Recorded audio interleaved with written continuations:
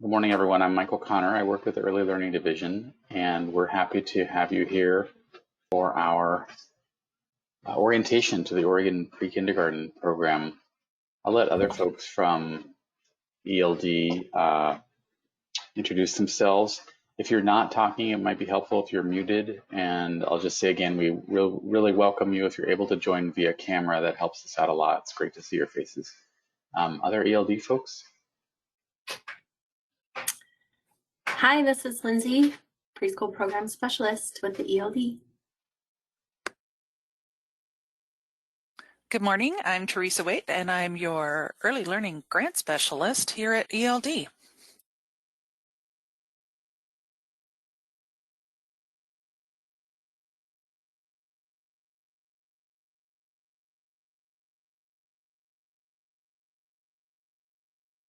Andy, is that you?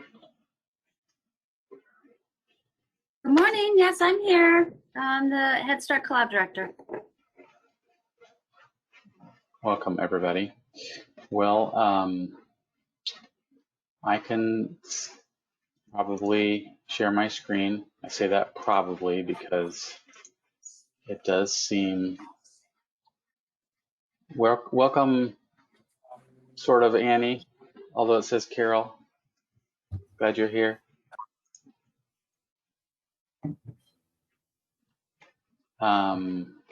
Great. Well, first up,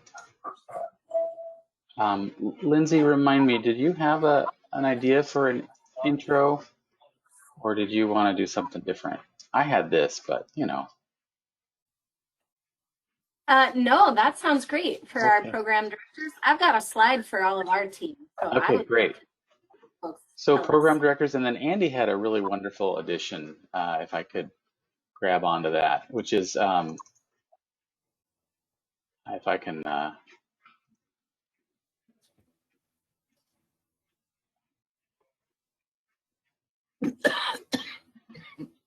Andy, you want to introduce the idea of the two words? I think it's a really wonderful idea to help get us centered and grounded here. Yeah, sure. Hi, everybody. It's good to see some faces. It's good to see names. It's good to see so many people able to join today. You know, I think that one thing that is impacting all of us is the last week and what has happened in our state and in our communities, both in the communities where we live, in the communities we work, but also in the communities where people we care about live and work, and finding some way to get grounded, I think, has been helpful in some other meetings. And so one thing that we've done in some other meetings that I think has felt helpful to folks is just for everyone to have an opportunity to say one or two words about how they're feeling and just kind of put it out there. You know, I think for a lot of us, feeling confused, feeling scared, feeling tired. One person said the other day that they were tired of feeling all of the feelings, which really resonated with me, especially when my husband came home saying the exact same thing. So it's out there. And so, you know, I think if we introduce ourselves and our roles, if you're comfortable and you want to share a little bit about a word or two, just where you are right now, I think it can help us be respectful of where everybody is, and understanding that there are a lot of other things besides Head Start that are impacting our days right now. So I don't know, I can start if that's comfortable. Given the number of people, Andy, I think probably just writing it in the chat box is probably the way to go with 49 in attendance. But Robert's already started and I started, so we'd invite people to tell us your role, your program, where you're at, and then just a couple of words about kind of where you're at. Yeah, and I would just encourage everybody to take a moment and read them and just kind of realize as a community. Yep. That wonderful. A lot of us are not here. Agree.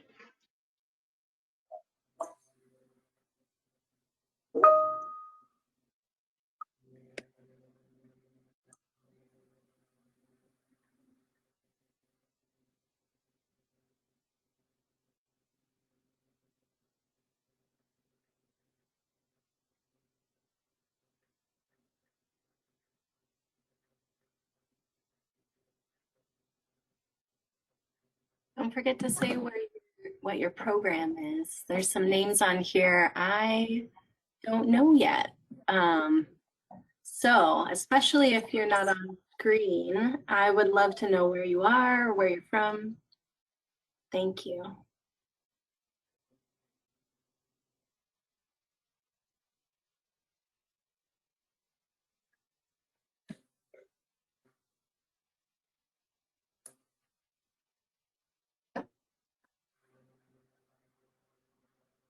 Hey, Michael, we've got some Region 10 folks on, and maybe we should let them say hello while everybody is typing in the chat box. I saw Vanessa. Vanessa put her name in the chat box, so maybe she wants to introduce herself. Good morning, this is Vanessa. I'm happy to be joining you all. And I did also want to check in to be sure everybody received the invite for the fiscal webinar that's happening with Belinda Rinker and Heather Wanderski. And if you haven't, maybe I'll just pop the link in here in the chat just in case. So I want to be sure everybody who wants to attend can attend. Thanks. I'm going to be attending that, so thank you, Vanessa, so much for that reminder. I appreciate that very much. Is that webinar relevant for OPK only programs, or is it more focused on federal funding? It'll really be focused on federal. So if you hold both, it would definitely be worth listening into. Cool, thank you. And this is Teresa. I would put in my 2 cents and say that getting a handle on how they're doing it at the federal, with the federal funds is very helpful often when we're talking about OPK funds. So it's not a bad idea to go. Assuming you can spare the time right now. Right. Great, thank you for that. There's a lot of really terrific comments there, and I encourage you to read them. And lots of gratefulness, lots of challenges out there, and lots of verging on the overwhelmed. Appreciate the time that we have together today to orient ourselves. Our agenda today, oops, since I changed that, I've got a little issue there. Sorry about that, team. Oh, don't do that. That would be terrible. Oh, don't do that. That would be terrible. There we go. Whatever. Close enough. Close enough. There's a lot of close enough that we're finding in our team. Good enough is where we're at sometimes. Anyway, we've got an agenda here. Donna's going to start it off with just a brief overview of OPK and sort of the purpose of the Head Start Association. Lindsay's got to help you orient to who's who at the ELD. Andy's going to explain a little bit more about her role. And I'm going to kind of give the framework for authority within Head Start. Ooh, that sounds exciting. Teresa's going to tell you what you really want to know, which is how to implement your grant. And then we're going to have a huddle at 10 with new and interested directors and program leaders, especially if you're a new program to OPK or you're new in your role. We'd love to just kind of an open house for questions and resources and helping you out. Thanks for the link, Vanessa. Appreciate it. And with that, I'm going to turn it over to Donna. Donna is the Head Start Director at Harney County. She's also the president of the Oregon Head Start Association. She wears other hats too as well. Donna? Just a few. Thank you. Well, when Michael contacted me to participate today, one of the things that I wanted to do is give everybody a historical perspective of how far we've come as OPK. And basically going back only as far as like 1995, really, when it was a very monumental time for Head Start because we hired a lobbyist. And I remember coming on as a new director and all these conversations going around about why we shouldn't hire a lobbyist, why we should, how are we going to do it. But because Ronnie Herndon pushed us to do it, it turned out to be probably the best decision that Head Start's ever made, because that biennium, Head Start was a line item that was totally erased from the budget. We no longer existed. And having the lobbyist, Mark Nelson was our lobbyist then, he was able to get $27 million back into the budget, which that is a very difficult task to do, which kept our program moving forward. And after that time, every biennium since then, except for one, we've had either held harmless or we got increases. And it's only because we have someone sitting in Salem at the Capitol, working with legislators, knowing them, presenting our case, making a case for the wants that we have. So that is, again, I think the best decision that we've made, and we have the best lobbyist. I hear that all the time, that our firm operates with integrity and they love Head Start and they work very hard for us above and beyond what we pay for. So Governor Kulongoski, when he was in there, we presented a concept for universal pre-K, and he actually really liked the concept. But the idea was we needed to expand OPK first to make sure the kids that were in the lowest income bracket would get their funding or receive their slots first. In that biennium, we got $39 million worth of increase only for slots. And I remember so grateful to be part of Head Start, because all the Head Start directors agreed to take on all of these kids that we got because we knew that they needed the service without any startup. We just got the slots in by September, or at the latest by January, we had all those kids in seats in classrooms. That was always, it was big, but it was good. And we wanted to make sure that we honored the fact that the legislature gave us that money. With that expansion, we had almost the same number of kids in OPK that we did, that the feds had. Now, one of the things I want to say that is that we are the last state where OPK and federal Head Start have the same performance standards, and we are a match program to federal Head Start. When we started in 1995, Ohio also had a pre-K program that followed performance standards, but as the legislature changed, OPK became less important to them, and so they lost their funding for their state OPK, and now we're the only ones. Again, I want to say, because we have a lobbyist that works very hard for us, we continue to expand and get more money. I think one of the things that was changing for us is also the relationship with the regional office. When we started out in the 1990s, there was open conversation and communication between Region 10 and OPK. We shared monitoring so that there was a representative from OPK on each of the monitoring visits in Oregon. And we had training office at PSU that was funded by the feds and we benefited from. But then in 2000, the rules changed, and the federal government Office of Head Start said that the state could no longer participate on site with the monitoring for legal reasons. And so the communication also sort of dwindled at that moment. Just because we were both focused on separate paths, not because it was intentional, really. It was no one intentionally came together and said, we need to meet and work together. The results for monitoring were supposed to be shared with the state, but not always happening. We had an MOU that was created and said that we would share monitoring and information and talk about programs, but then that sort of expired and nothing happened. So when Julianne Creviton became the supervisor of Region 10 Head Start, communication was reestablished again, and we had regular meetings in person between the feds and Early Learning Division, and monthly reports were shared. Region 10 communicated about grantees, and they had conversations that worked together. And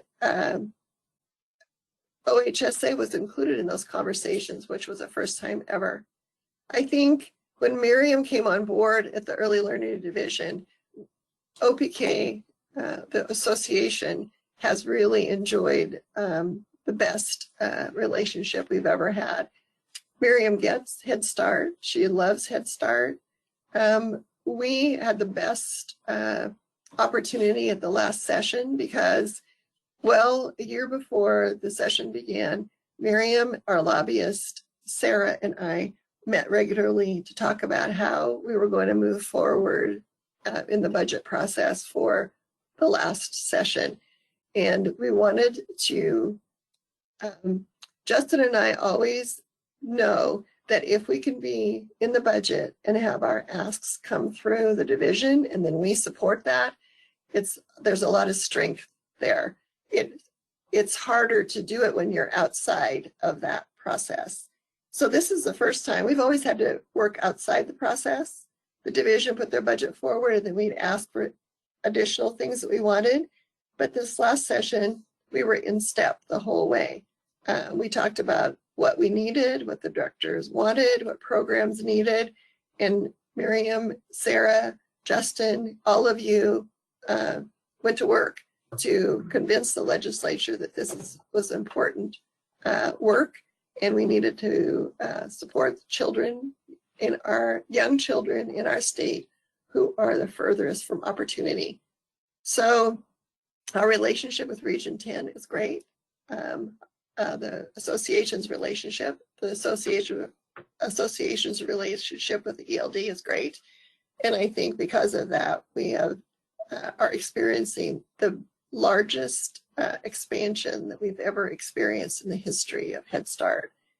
And for me, it's very gratifying to see all of this happening because it's been a fight the whole way to make sure that Head Start was moving forward. Now we are in step working, and now Justin, Sarah, Miriam, and I are meeting again regularly to strategize for the next session and what would be the priorities that would be important to Head Start and how we can support the ask that the division is making of the legislature. So that's just in a nutshell, kind of a little mini history where we are. That's terrific, Donna. I really appreciate you giving us that background. And in a normal year, we'd also probably highlight now the Oregon Head Start Association calendar of events. I think because of COVID and everything, that's an ongoing discussion, but connect with Donna and the association via website, and we do a lot together. So and Donna's always here with our monthly webinars. So thank you, Donna. Really appreciate it. Appreciate it so much. Next up, Lindsay.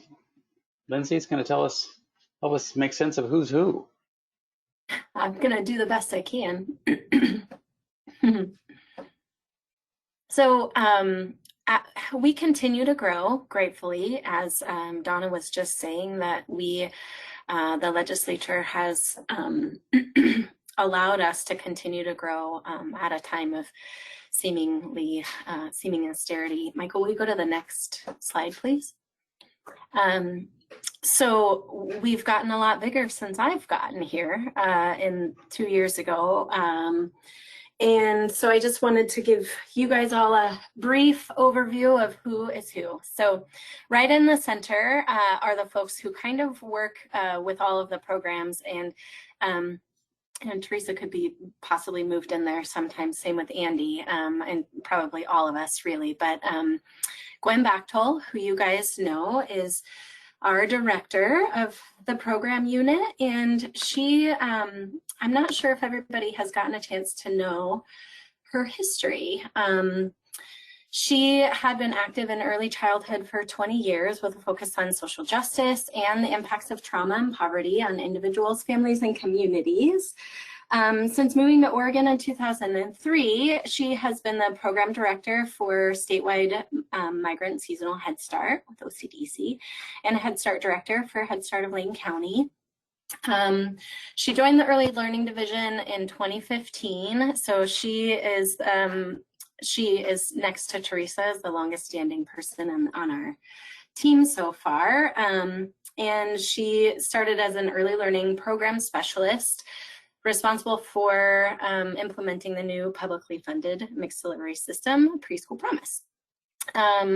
She was moved into her role last year and is the Director of Early Learning Programs, and she's responsible for quality and oversight of OPK and Preschool Promise, Baby Promise, Relief Nurseries, and the Head Start Collaboration Office.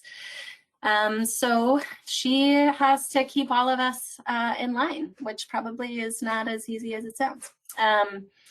Also in that center section, we have Angela Stinson, who is our communications master, I would say, or guru, or whatever word you would like to put in there. She helps us make everything look beautiful, make sure that we are in line with all of the other messaging that's happening around the ELD. And she supports us in knowing all of our technical things, just everything that I don't know, it seems Angela knows. So that's really helpful for me. And then Miriam Amador is our brand new support person. She's kind of working mainly with Preschool Promise, but she's going to be supporting everyone. We are so lucky and grateful to have her.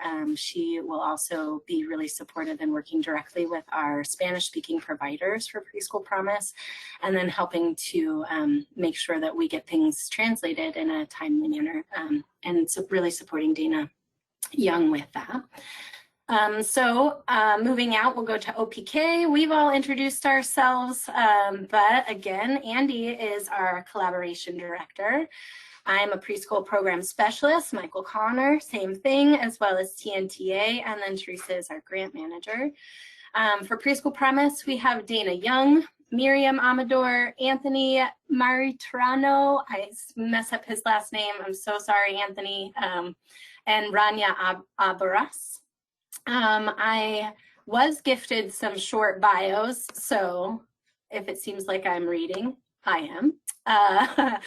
Dana was born in Morelos, Mexico, immigrated to the US with her family when she was 10 and lived in Salem for most of her life. She has a bachelor's degree in business administration with a minor in psychology from Western Oregon University. She's the first one in her family to attain a bachelor's degree. She's an active member of her community, serving on boards and committees, and is passionate about helping working families. She doesn't say this on here, but she has been the biggest advocate for really supporting small business owners and women of color who are implementing Preschool Promise, really becoming business savvy, which I think is just a really, well, she does say it here, I'll say it later, but that to me has been an invaluable thing that she brings to our team. So.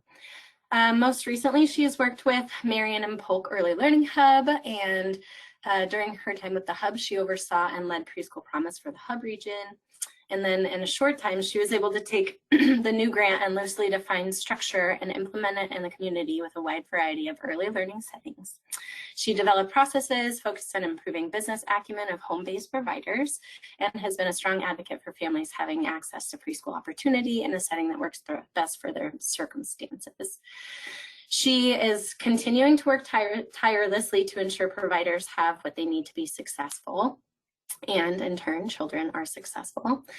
And she is married with 2 amazing kids and enjoys creating a life full of memories with her children. She finds passion and energy in making community a better place to live and work. I will go down here to Dana Blakeney Hipsch. She does a really good job at spelling her name out phonetically so that we can pronounce it correctly. She is the program specialist that is overseeing Baby Promise.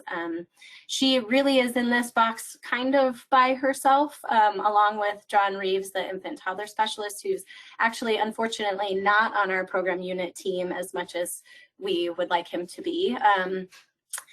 if we ever go back to the office, I do think that he's moved closer to us, so at least we'll have more access to him. Dana also gave me a short. I'm going to try and make it quick, so I'm sorry. She previously worked at the Research Institute at Western Oregon University and primarily on Spark in Oregon's QRIS, and has been at the ELD for 1.5 years. That's all she said for me to say for her. I do know that every once in a while her beautiful children poke their heads into our meetings, and it's wonderful to see them. So that's something that I know about her.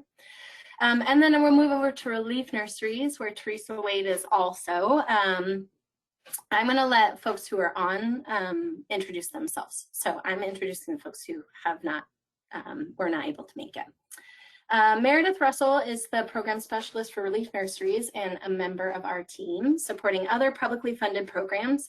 She's been with the ELD since 2011, working on quality program development. She's a social worker by training and loved working with programs using holistic approaches and young children.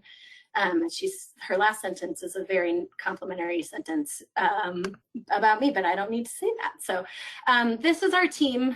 This is what we look like. We have a few new managers, and I have slides specifically for them. They're not necessarily on our team, but we work very, very closely with them. Michael, will you move to the next slide, please? Some of you from Mount Hood Community College will recognize this wonderful person. This is Kimberly Mawa. She's our Early Childhood Equity Fund manager. She's been with the division for 6 months. She came right at the very beginning of COVID. All of the folks who are onboarding right now, my heart is out to them. This has to be such a unique experience. She has 10 years of experience in early learning, 1 in Head Start and Early Head Start, as well as ECAP, QRIS systems, and early childhood education adjunct faculty. And she's most recently from Mount Hood Community College, where she was an associate director.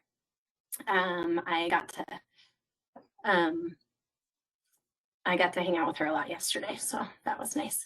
And then this is our newest member. She's our Tribal Affairs Manager. She's Valeria Atanasio.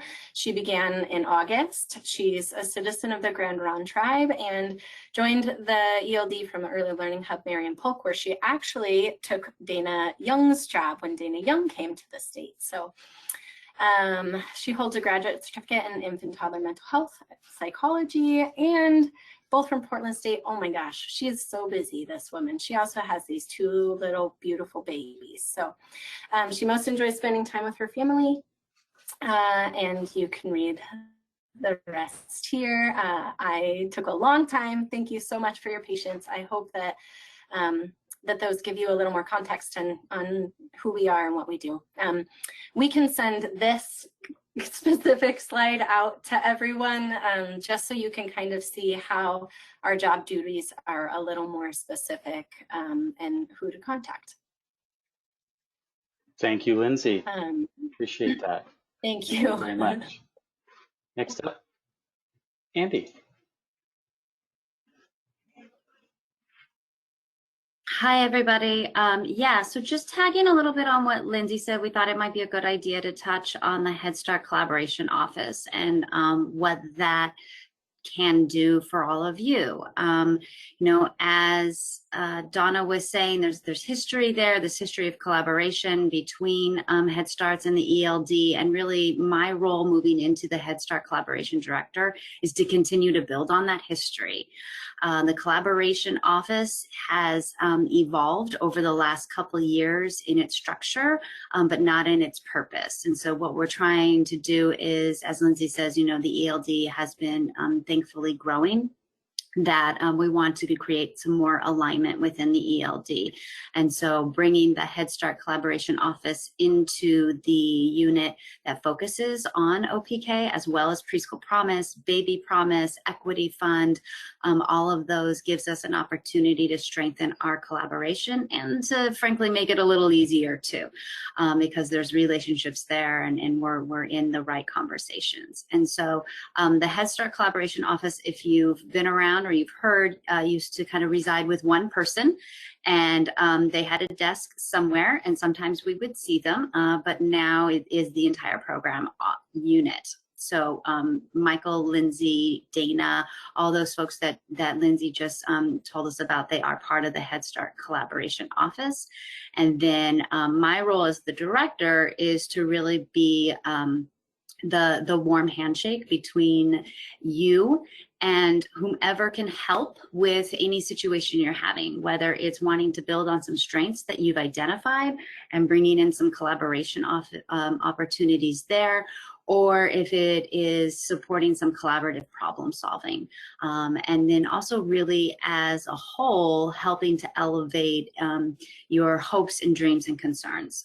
So one way I think that I have found useful to think about it is to think if it's a specific grant related or program related or TA need, to contact Michael or Lindsay or Teresa. And then as a whole, if it's a bigger picture system need or request or strength or hope or dream, that I would probably be the one. As we evolve this role, things will continue to change. We'll find what works and what doesn't work. What we had tried last year was really centering this role within Gwen's role.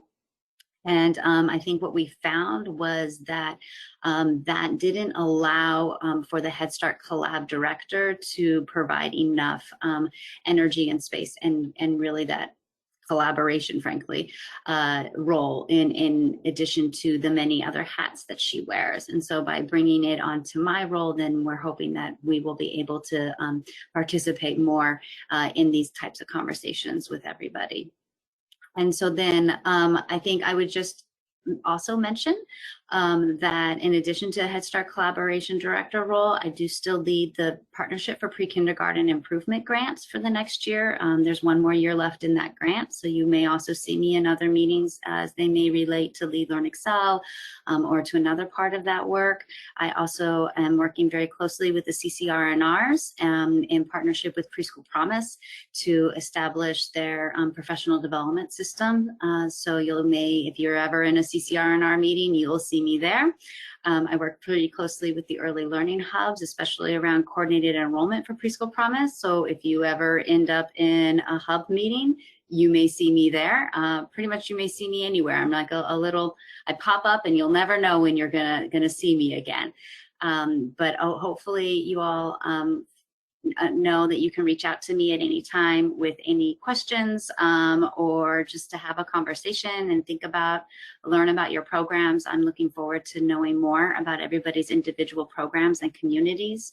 I come from Head Start. As a Head Start alumni, I've worked in Head Start on and off for years, both in California and in Oregon. So I'm really excited to be serving the Head Start community in this fashion. Thank you, Andy. Sure appreciate it. Glad you're here. So next is I'm going to talk a little bit about sort of where this all comes from. And the title of my presentation, From Statute to Rule to Grant Agreement. I've been told that the second hour of my presentation is really where it gets good. So hang in there. Just kidding, of course. But this is important, I think, because it helps you understand kind of where we're coming from. So here's a little story. The Oregon legislature, in its wisdom, passes bills. The most recent bill that passed that relates to OPK was House Bill 2025. And they're complicated documents that have lots of, it's like track changes with high stakes track changes, which could be a band name. And then the Secretary of State takes the bill and turns it into laws or statutes. So the statutes that govern OPK are Oregon Revised Statute 329. And there's interesting conversations about what's the difference between the bill and the law. And I'm not going to get into that, but it's interesting. And then the Early Learning Council acts as the school board, the state school board for the Early Learning Division. So they adopt rules that basically make specific how the statute operates in practice. And for OPK, That's section 414.460 of the Oregon Administrative Rules. And the Early Learning Council adopts the rules that kind of give us the game plan for how to implement OPK. And then the Early Learning Division implements whatever we've been asked to implement through grants and policies, guidance, and TNTA. And that's where we show up. And you, grantees, then provide the services according to the grant agreements. So when we talk with you about what's in the grant agreement, I think it's partially what we want to emphasize is that this is the end, the grant agreement is the end result of a lot of stuff that's happened before that's not in our authority to change. We are implementers. We're not deciders about what Oregon is going to do with OPK. So that kind of leads to the question, so what's in what? Statute, rule, grant agreements, and guidance.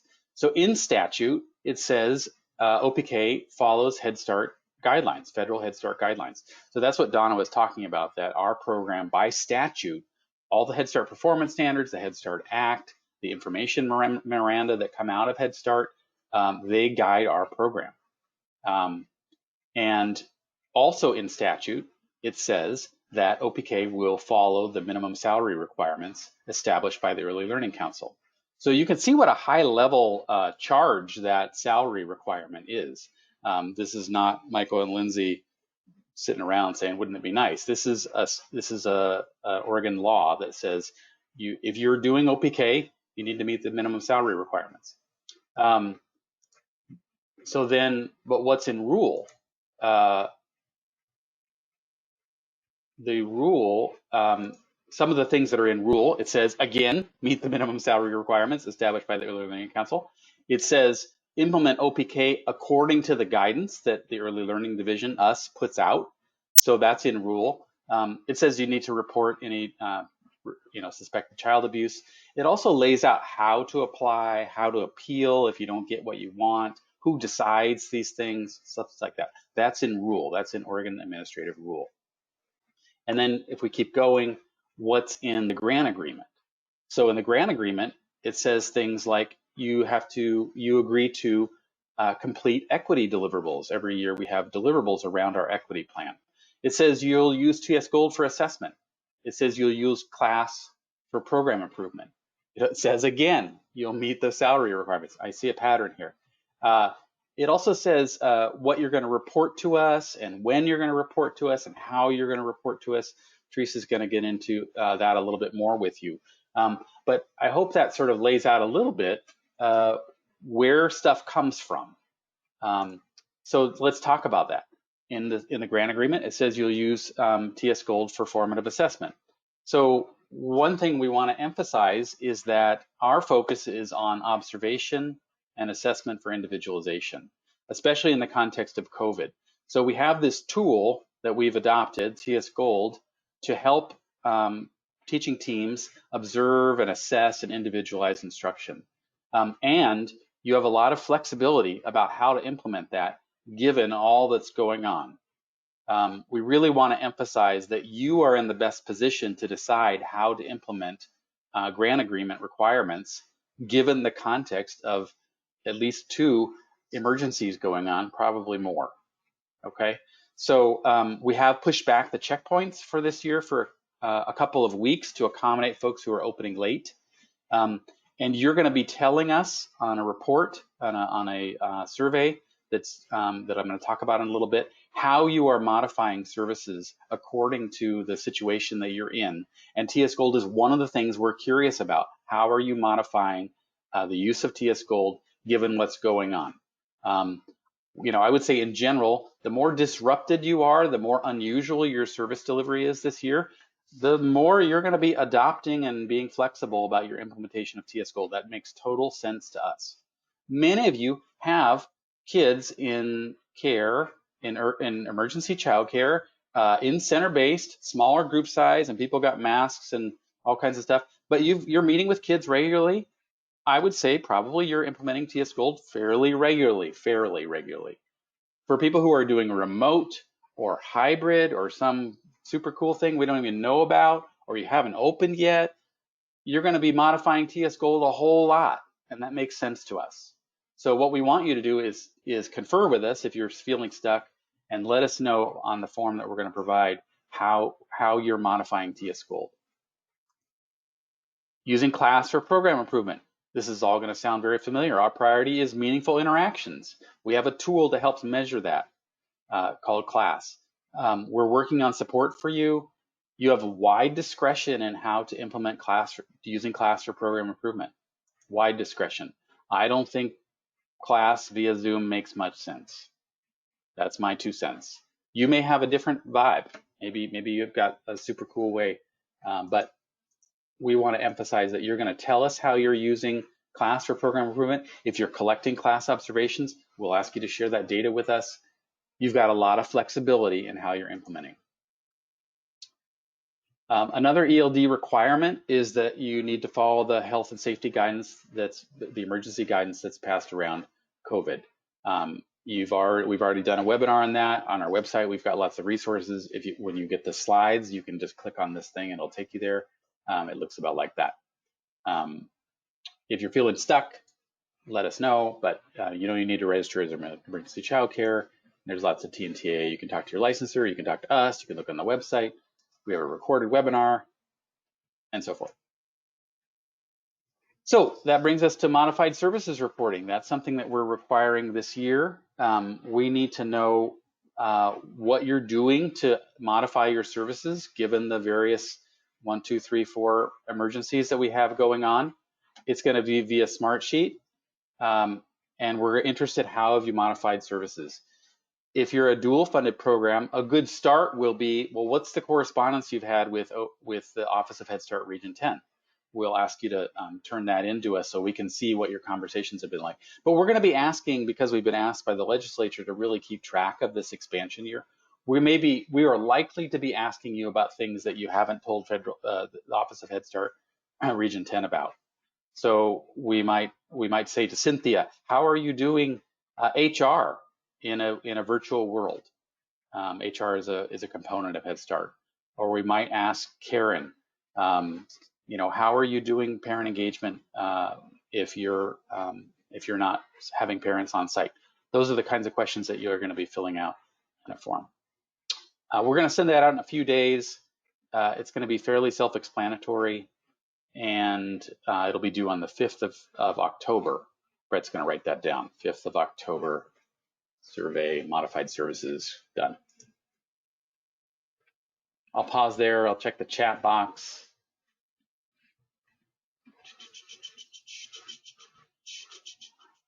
Okay, Maureen, I don't know about the N95 question.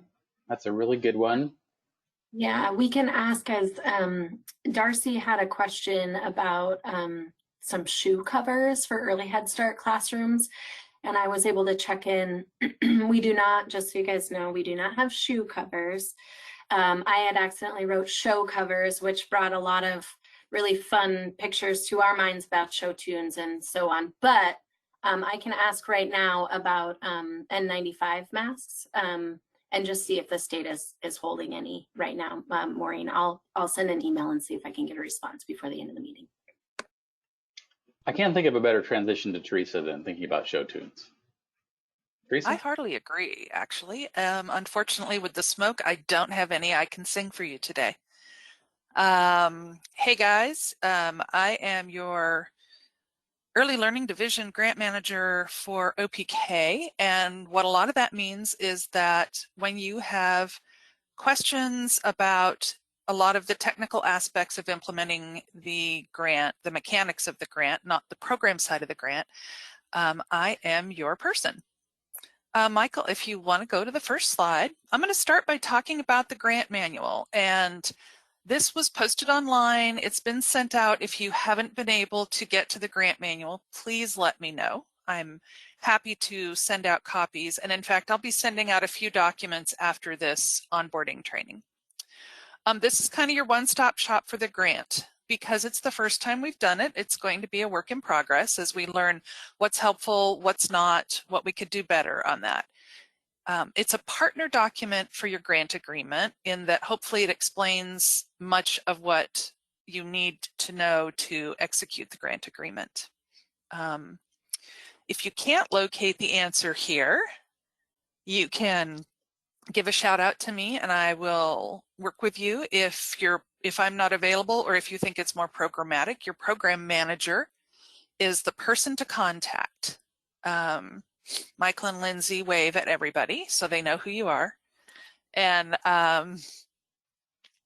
that's unless you have questions about the grant manual. Again, I'll provide both a link and a document after this training. I've got a couple documents going out. If you've looked at it and you have questions and they show up in the chat box, I'd be happy to answer those as we go along. And next slide, please. Site and service workbook. Yeah, I had a little fun today.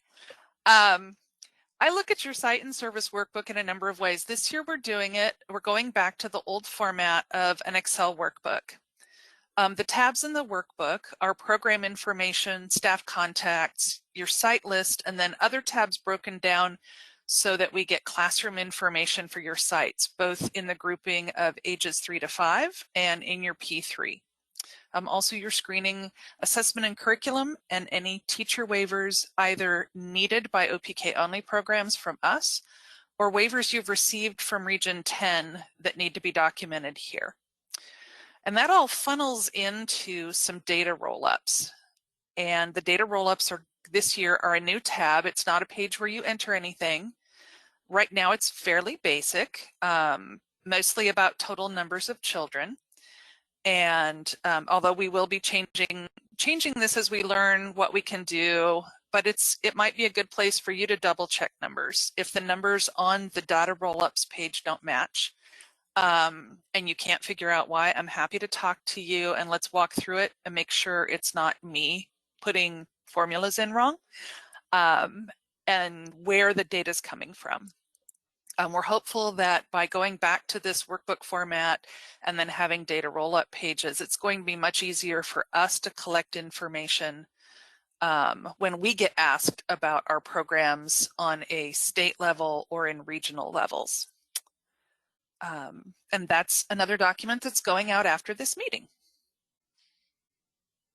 So next slide. Sure, one second. Please. Yep. Okay, I thought you were waiting for me to say please. No. I lost my thread here.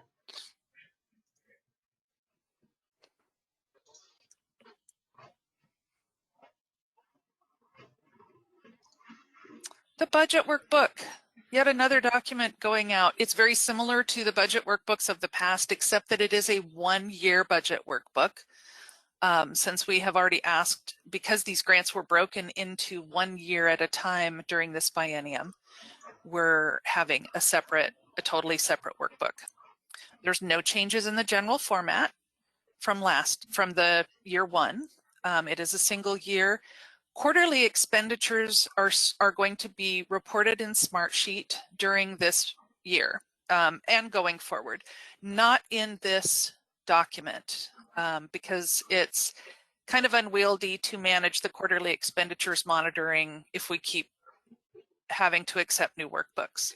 But we will want your end of the year expenditures in the workbook, and we'll be doing a comparison of that with your Smartsheet expenditures.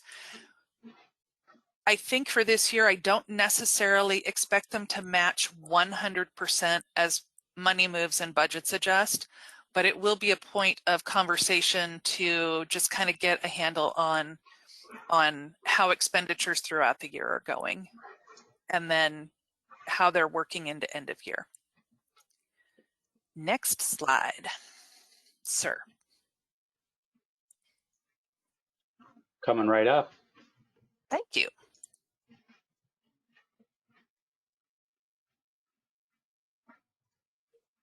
Teresa, I just added a little at the top there. Thank you, Michael. Wasn't quite ready for that one, but appreciate it because I know everyone's interested. I know. That grants, for anybody who has returned actually their grant to the Early Learning Division through DocuSign so far, I saw this morning that they had all executed.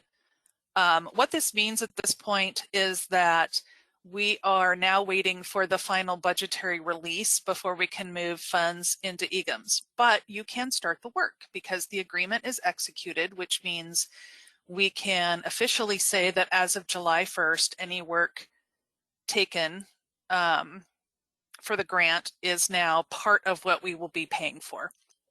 So that's really great news. Again, the other piece is that I don't have an exact time on when the funds are going to release. And so as soon as I have that word and things start moving in motion, I will send out an email to one and all saying the next step has happened and here is what you can expect. Because even once the funds are released to us to distribute, there is a several-day process in getting them into all of the accounting systems they need to be in so that you can receive that money. So drawdowns. For this year, it's going to be a little bit different because normally you get one grant and draw down from one pot of money. This year, we're going to have 2 to 3 EGM subgrants for each grantee, and this is going to be based on a number of factors. One, if you did request and receive expansion of your program, you may have also requested some startup funds to support that expansion. And so that's going to be its own pot of money in EGMs for you to draw down. It will be one funding stream, thankfully. So you will be just doing a single request there. And what we will ask is that you, and I'll have a document out, you just shoot a quick email with an attachment that I will be giving you that just says, this is the backup documentation for what we spent those startup funds on during this claim, whatever claim you're making. The next pot of money is actually 2 pots of money. In order to make everything feel whole, we have broken up everything between general funds and Student Success Act. What we're being asked at the moment because of the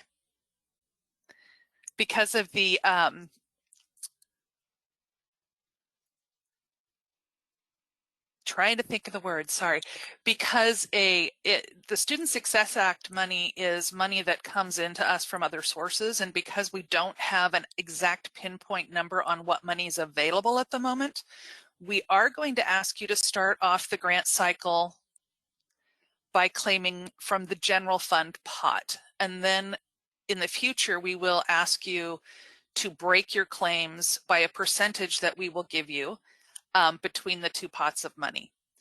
What this means is that it's only going to be something that affects your claiming. In your budget, we're going to ask you to budget the money as one whole dollar amount. We are not going to ask you to break it down between SSA and general fund. So it's just going to be a claiming mechanics piece.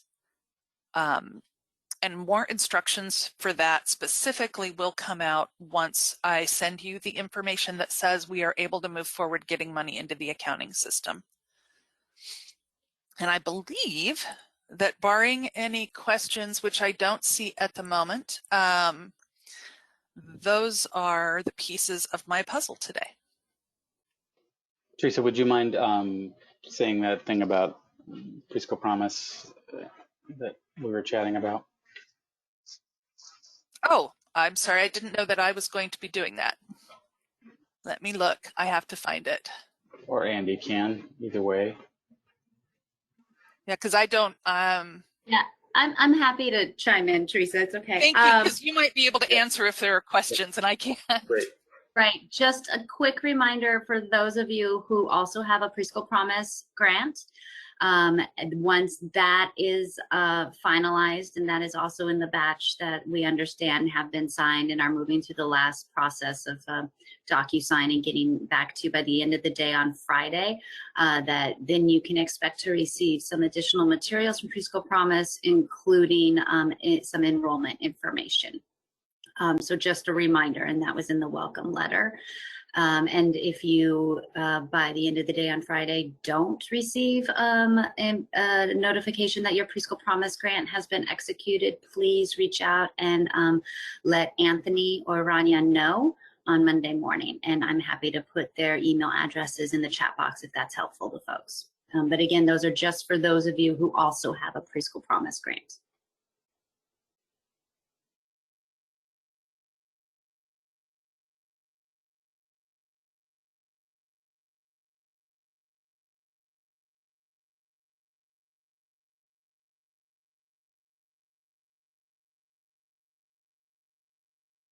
Michael, we cannot hear you. I do want to remind you that our next webinar is Wednesday, the 7th of October, but also invite you to hang on. You're welcome to stay. At 10 o'clock, we're going to have an open house, Stump the Chumps, whatever you want to call it, to especially if you're new or you just want to kind of process what we've been through today. That's coming up next. We'll just take a short break, and Lindsay's going to anchor that. And otherwise, we want to thank you all for being here. This is a lot. The slides and the recording are always available, and they're available through the portal, which will be changing soon. But also, every time you get an invitation to this meeting, you'll find the links for the slides and the recordings as well. So, on behalf of Lindsay and Andy and Teresa, and with special props to Vanessa, we want to thank you all for participating in our OPK orientation. Feel free to hold the line, and we're going to have some question and answer and check in. Otherwise, thank you. We'll stop the recording now, and have a great day. Thank you.